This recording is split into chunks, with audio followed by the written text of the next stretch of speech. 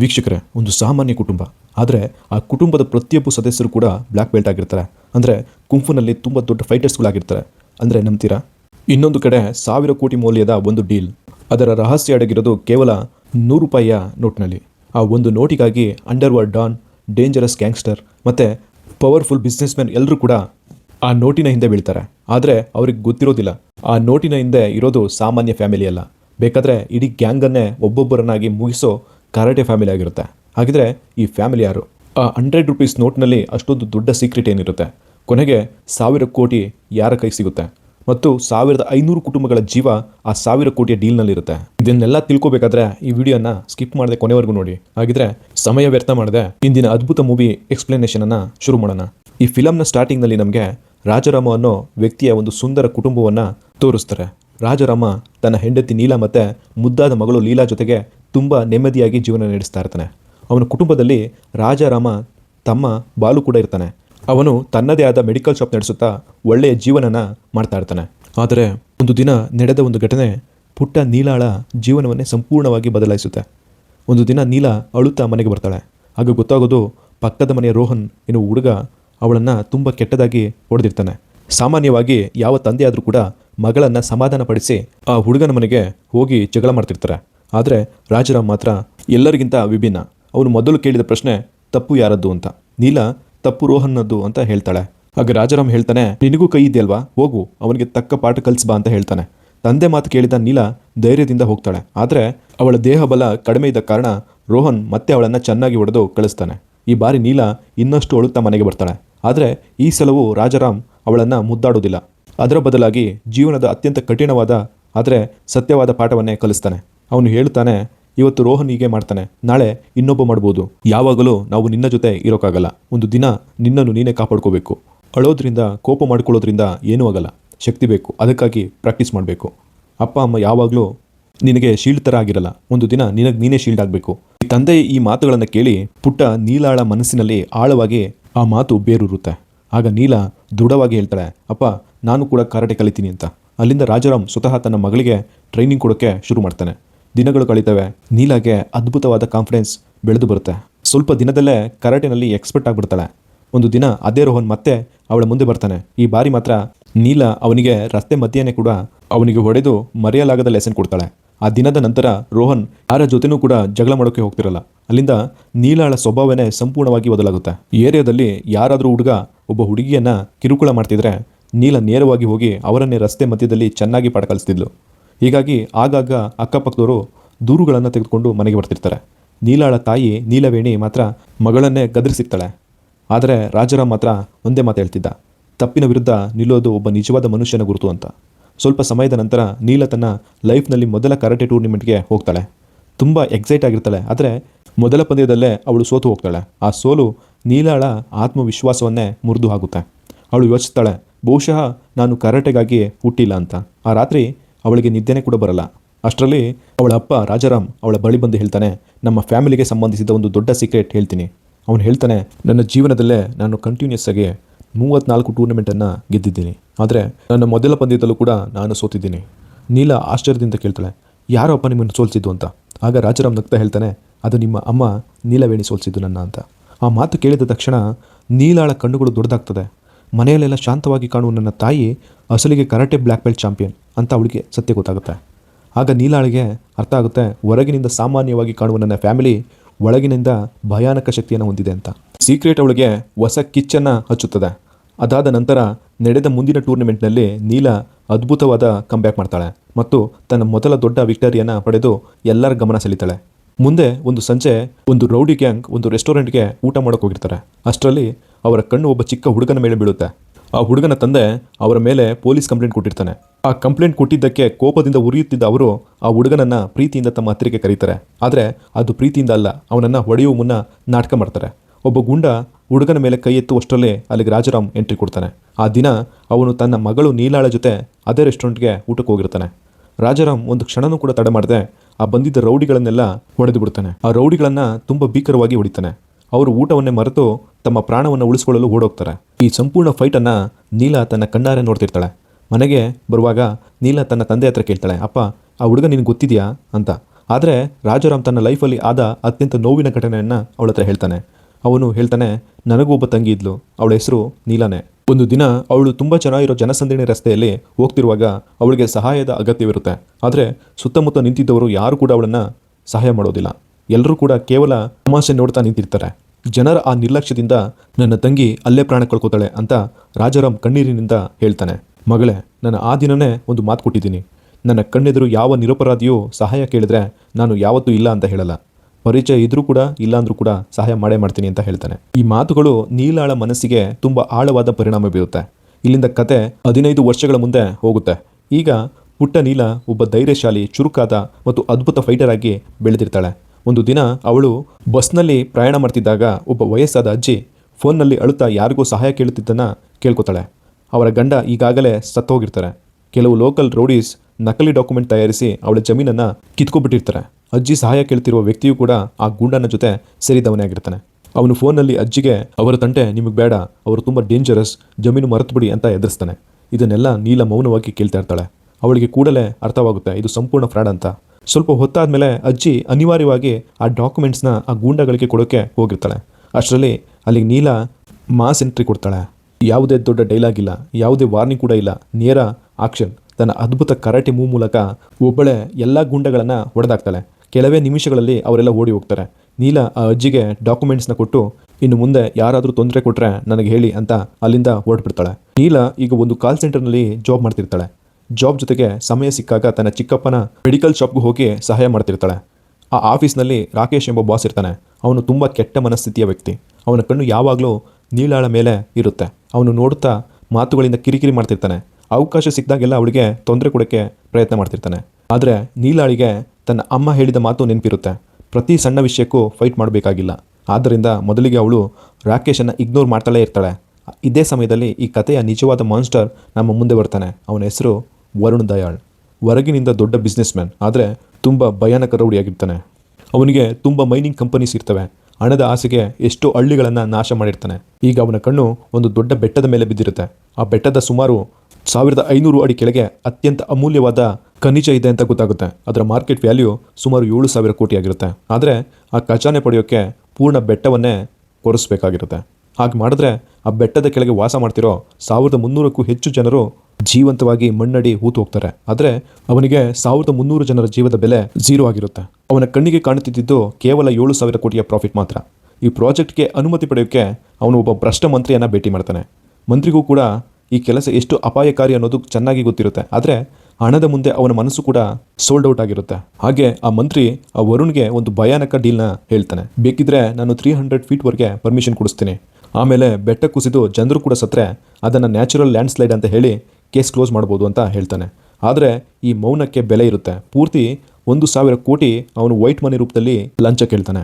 ವರುಣ್ಗೆ 7,000 ಕೋಟಿ ಮುಂದೆ 1,000 ಕೋಟಿ ಏನೂ ಅಲ್ಲ ಅಂತ ಅವನಿಗನ್ಸುತ್ತೆ. ಅವನು ತಕ್ಷಣ ಡೀಲ್ಗೆ ಒಪ್ತಾನೆ. ಇದೇ ಸಮಯದಲ್ಲಿ ಕಾರ್ತಿಕೇಯನ್ ಅಂತ ಒಬ್ಬ ಸೋಷಿಯಲ್ ಆಕ್ಟಿವಿಸ್ಟ್ ಮತ್ತು ಜರ್ನಲಿಸ್ಟ್ಗೆ ವರುಣ್ನ ಈ ಕಪ್ಪು ರಹಸ್ಯ ಗೊತ್ತಾಗುತ್ತೆ. ಕಾರ್ತಿಕೇಯನ್ ತುಂಬ ಪ್ರಾಮಾಣಿಕ ವ್ಯಕ್ತಿಯಾಗಿರ್ತಾನೆ. ಅವನು ವರುಣ್ ವಿರುದ್ಧ ಎಲ್ಲ ಎವಿಡೆನ್ಸ್ ಸಂಗ್ರಹ ಮಾಡಲು ಶುರು ಮಾಡ್ತಾನೆ. ಸ್ವಲ್ಪ ದಿನಗಳಲ್ಲಿ ಅವನ ಕೈಗೆ ಸಾಕಷ್ಟು ಪ್ರೂಫ್ ಸಿಗ್ತವೆ. ಈ ವಿಷಯ ವರುಣ್ಗೆ ತಿಳಿದ ತಕ್ಷಣ ಅವನು ಕೋಪದಿಂದ ತನ್ನ ಅತ್ಯಂತ ಡೇಂಜರಸ್ ಗ್ಯಾಂಗ್ಸ್ಟರನ್ನು ಕರೀತಾನೆ. ಅವನ ಹೆಸರು ಕೃಪಾಕರ್.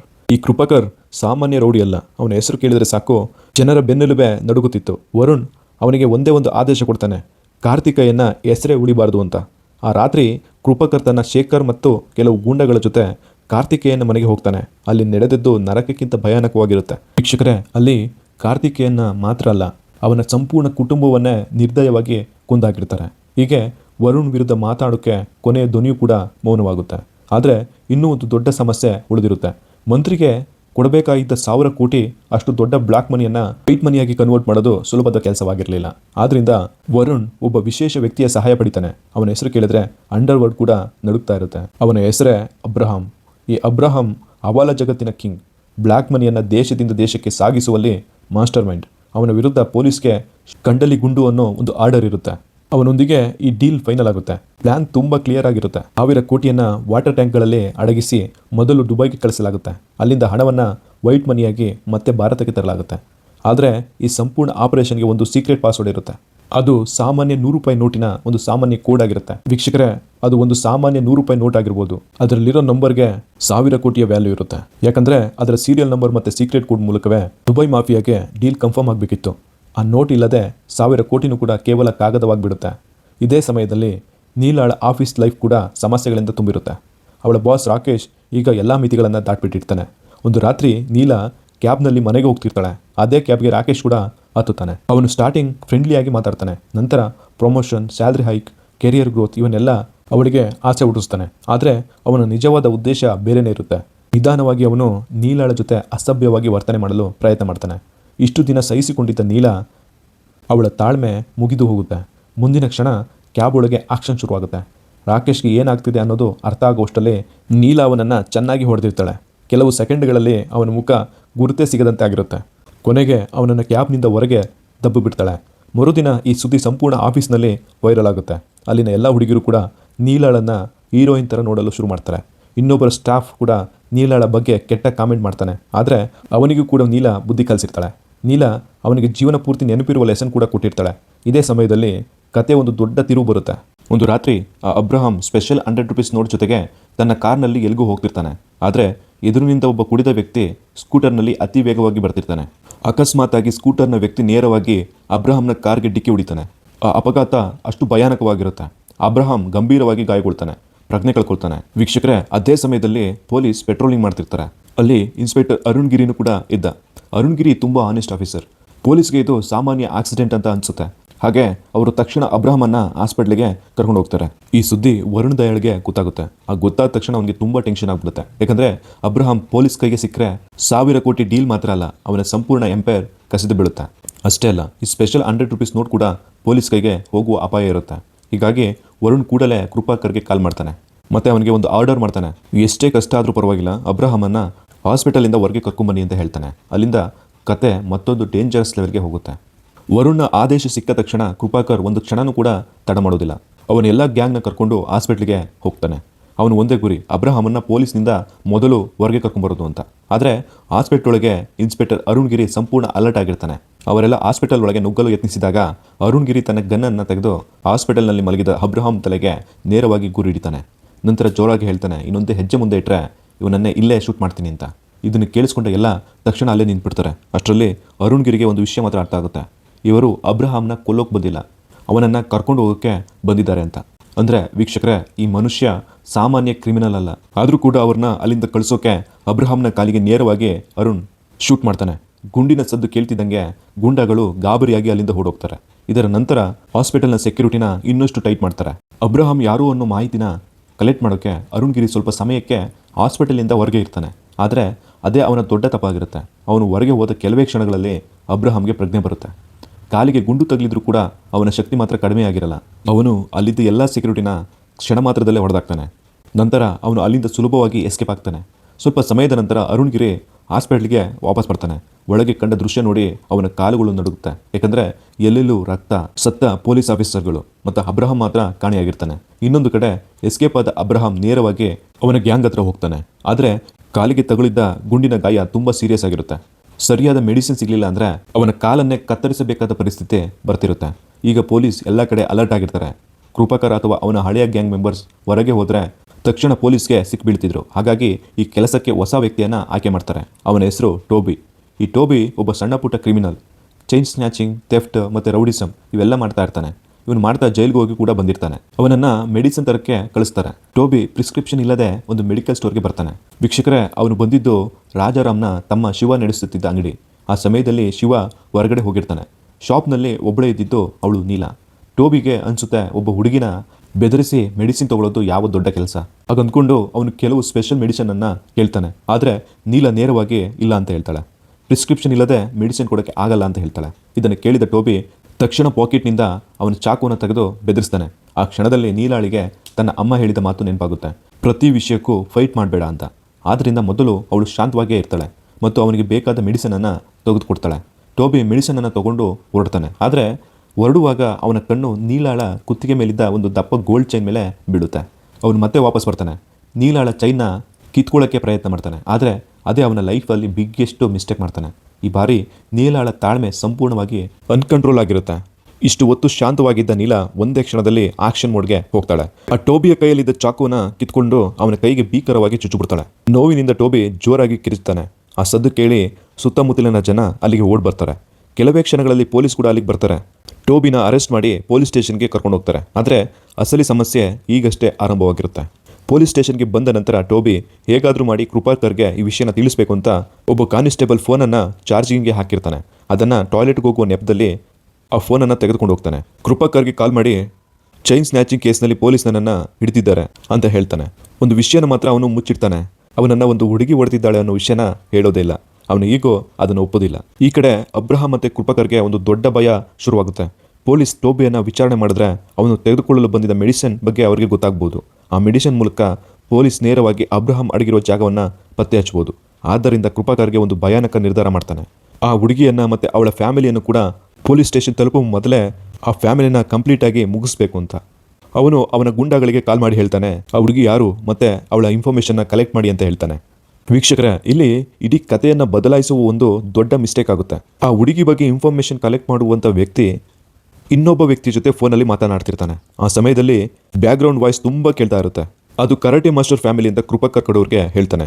ಆದರೆ ಬ್ಯಾಕ್ಗ್ರೌಂಡ್ನ ನಾಯ್ಸ್ನಿಂದ ಅವನಿಗೆ ಕೇಳಿಸಿದ್ದು ಹೆಡ್ ಮಾಸ್ಟರ್ ಫ್ಯಾಮಿಲಿ ಅಂತ ಅಷ್ಟೇ. ಒಂದು ಚಿಕ್ಕ ಮಿಸ್ಅಂಡರ್ಸ್ಟ್ಯಾಂಡಿಂಗ್ ಮುಂದೆ 100 ಜನರ ಸಾವಿಗೆ ಕಾರಣವಾಗುವಷ್ಟು ದೊಡ್ಡದಾಗುತ್ತೆ. ಅದೇ ಒಂದು ತಪ್ಪು ಮಾಹಿತಿಯನ್ನು ಕೃಪಾಕರ್ಗೆ ಕೊಡ್ತಾರೆ.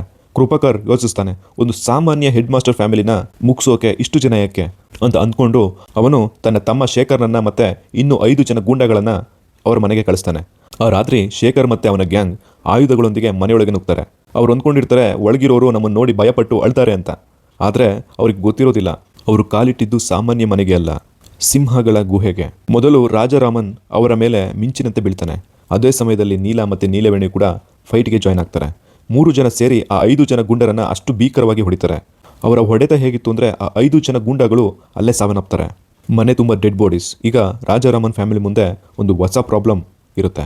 ಪೊಲೀಸ್ಗೆ ಸತ್ಯ ಹೇಳಿದ್ರೆ ಕೋರ್ಟ್ಗೆ ಹೋಗಬೇಕಾಗುತ್ತೆ ಮತ್ತು ಲೀಗಲ್ಸ್ ಕೇಸ್ ಆಗುತ್ತೆ ಅಂತ.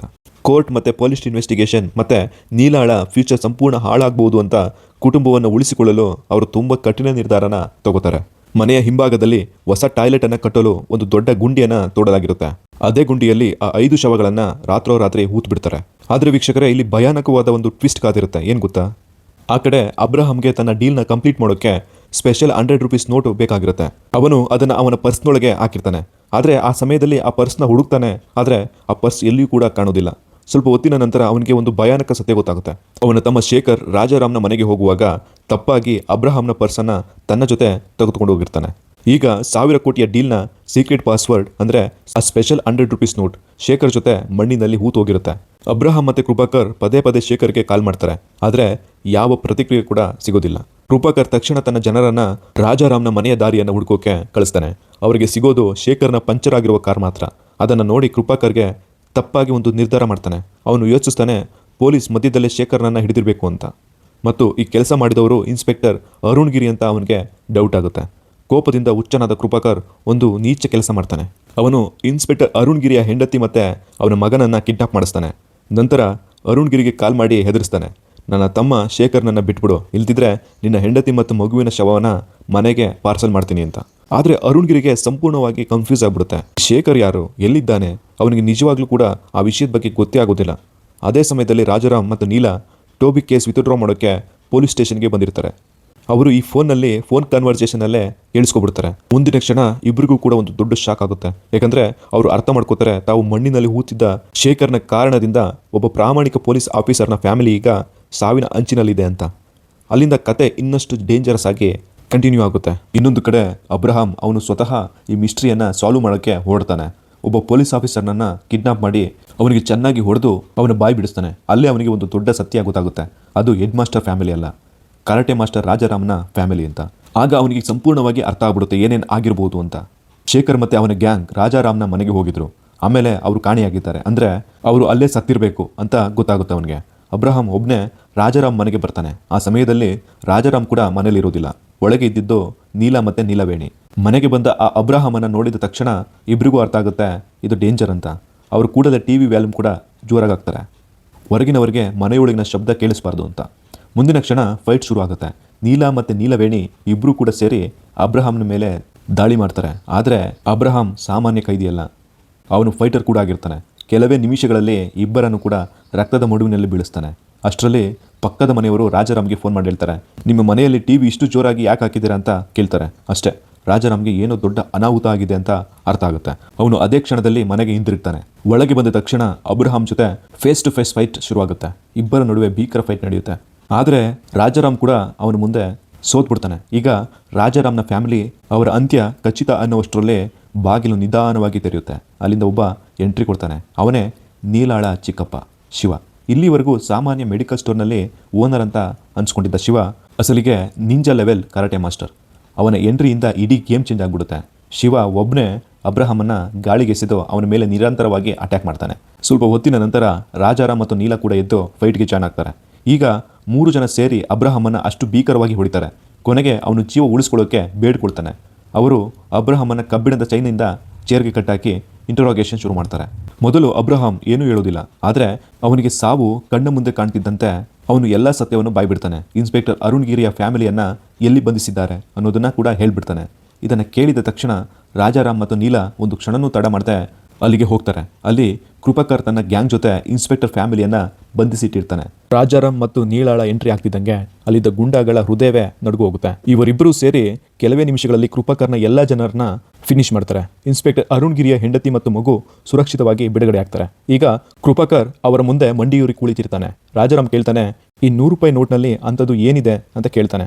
ಸಾಯೋ ಭಯದಿಂದ ಕೃಪಾಕರ್ ಸಂಪೂರ್ಣ ಸತ್ಯವನ್ನ ಹೇಳ್ತಾನೆ. 100 ಕೋಟಿಯ ಹವಾಲಾ ಡೀಲ್, ಭ್ರಷ್ಟ ಮಂತ್ರಿ, ವರುಣ್ ದಯಾಳ್ ಮತ್ತು ಮೈನಿಂಗ್ ಪ್ರಾಜೆಕ್ಟ್ ಅಷ್ಟೇ ಅಲ್ಲ, ಆ ಪ್ರಾಜೆಕ್ಟ್ ನಡೆದ್ರೆ ಸಾವಿರಾರು ಜನರು ಪ್ರಾಣ ಕಳ್ಕೊತಾರೆ ಅಂತ ಹೇಳ್ತಾನೆ. ಈ ಮಾತು ಕೇಳಿದ ಕ್ಷಣ ರಾಜಾರಾಮನ್ ಮತ್ತು ನೀಲ ಶಾಕ್ ಆಗಿ ಹೋಗ್ತಾರೆ. ನೀಲ ತಕ್ಷಣ ತನ್ನ ಚಿಕ್ಕಪ್ಪ ಶಿವಾಗೆ ಕಾಲ್ ಮಾಡ್ತಾಳೆ. ಆ ಶೇಖರ್ನ ಬಾಡಿ ಹೂತಿರುವ ಜಾಗ ತೆರೆದು ಪರ್ಸ್ ತಗೊಳ್ಳಿ ಅಂತ. ಶಿವ ಕೂಡಲೇ ಗುಂಡಿ ತೋಡ್ತಾನೆ. ಶೇಖರ್ನ ಪಾಕೆಟಿಂದ ಪರ್ಸ್ ತೆಗಿತಾರೆ. ಅದನ್ನು ಓಪನ್ ಮಾಡಿದಾಗ ಅದರೊಳಗೆ ಆ ಸ್ಪೆಷಲ್ 100 ರೂಪೀಸ್ ನೋಟ್ಸ್ ಇರುತ್ತೆ. ಈಗ ಕೃಪಾಕರ್ ಹೇಳಿದ್ದೆಲ್ಲ ಸತ್ಯ ಅನ್ನೋದು ಕನ್ಫರ್ಮ್ ಆಗುತ್ತೆ. ಕೃಪಾಕರ್ ಪ್ರಾಣ ಭಯದಿಂದ ಅಳುತ್ತಾ ಬೇಡ್ಕೊಳ್ತಾನೆ, ನನಗೆ ಆ ನೋಟ್ ಕೊಟ್ಬಿಡಿ, ನಾನೆಲ್ಲ ಮರೆತು ಬೇರೆ ಕಡೆ ಹೋಗಿ ಜೀವನ ಮಾಡ್ಕೋತೀನಿ ಅಂತ ಹೇಳ್ತಾನೆ. ಆದರೆ ನೀಲ ತನ್ನ ತಂದೆಯನ್ನ ತಡಿತಾಳೆ. ಅವಳು ಹೇಳ್ತಾಳೆ, ಈ ನೋಟ್ ಅವನಿಗೆ ಕೊಟ್ಟರೆ 1300 ಜನ ಸಾಯ್ತಾರೆ.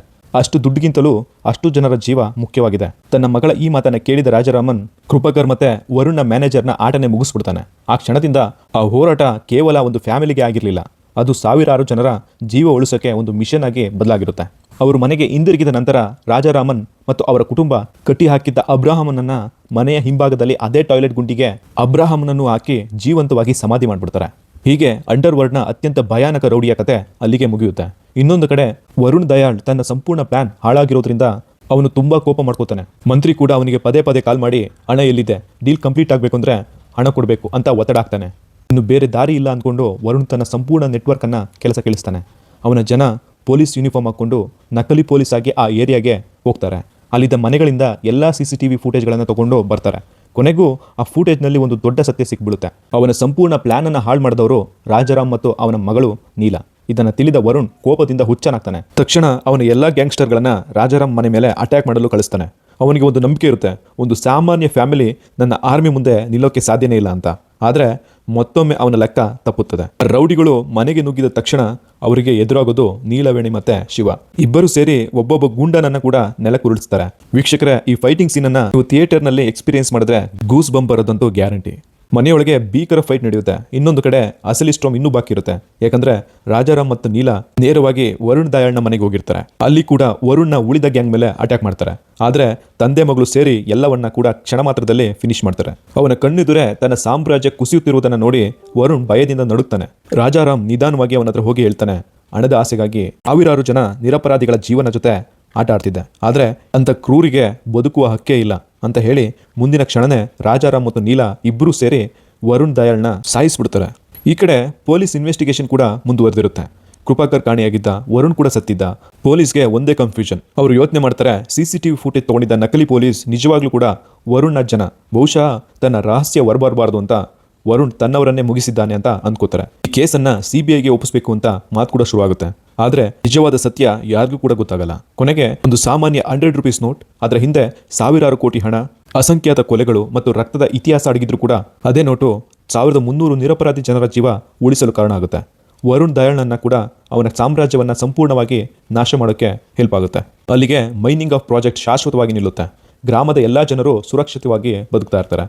ಮತ್ತು ರಾಜಾರಾಮ್ ಮತ್ತು ಅವನ ಕುಟುಂಬ ಮತ್ತೊಮ್ಮೆ ಒಂದು ವಿಷಯವನ್ನು ಸಾಬೀತುಪಡಿಸ್ತಾರೆ. ನಿಜವಾದ ಶಕ್ತಿ ಜನರನ್ನು ಕೊಲ್ಲುವುದಲ್ಲ, ನಿರಪರಾಧಿಗಳನ್ನು ಕಾಪಾಡುವುದು. ಇದರೊಂದಿಗೆ ಈ ಅದ್ಭುತ ಸಿನಿಮಾ ಇಲ್ಲಿಗೆ ಮುಕ್ತಾಯವಾಗುತ್ತೆ. ಹಾಗಿದ್ರೆ ಫ್ರೆಂಡ್ಸ್, ನಿಮಗೆ ಈ ಸಿನಿಮಾ ಹೇಗನಿಸ್ತು ಅಂತ ಕಾಮೆಂಟ್ ಮಾಡಿ ನಿಮ್ಮ ಅಭಿಪ್ರಾಯವನ್ನು ತಪ್ಪದೇ ತಿಳಿಸಿ. ಈ ವಿಡಿಯೋ ಇಷ್ಟ ಆಗಿದ್ರೆ ಲೈಕ್ ಮಾಡಿ ಮತ್ತು ಶೇರ್ ಮಾಡಿ. ನನ್ನ ಚಾನಲ್ಗೆ ಸಬ್ಸ್ಕ್ರೈಬ್ ಮಾಡಿ. ಮತ್ತೊಂದು ಅದ್ಭುತ ಮೂವಿ ಎಕ್ಸ್ಪ್ಲನೇಷನ್ ಜೊತೆಗೆ ಮತ್ತೆ ಭೇಟಿಯಾಗೋಣ. Thank you.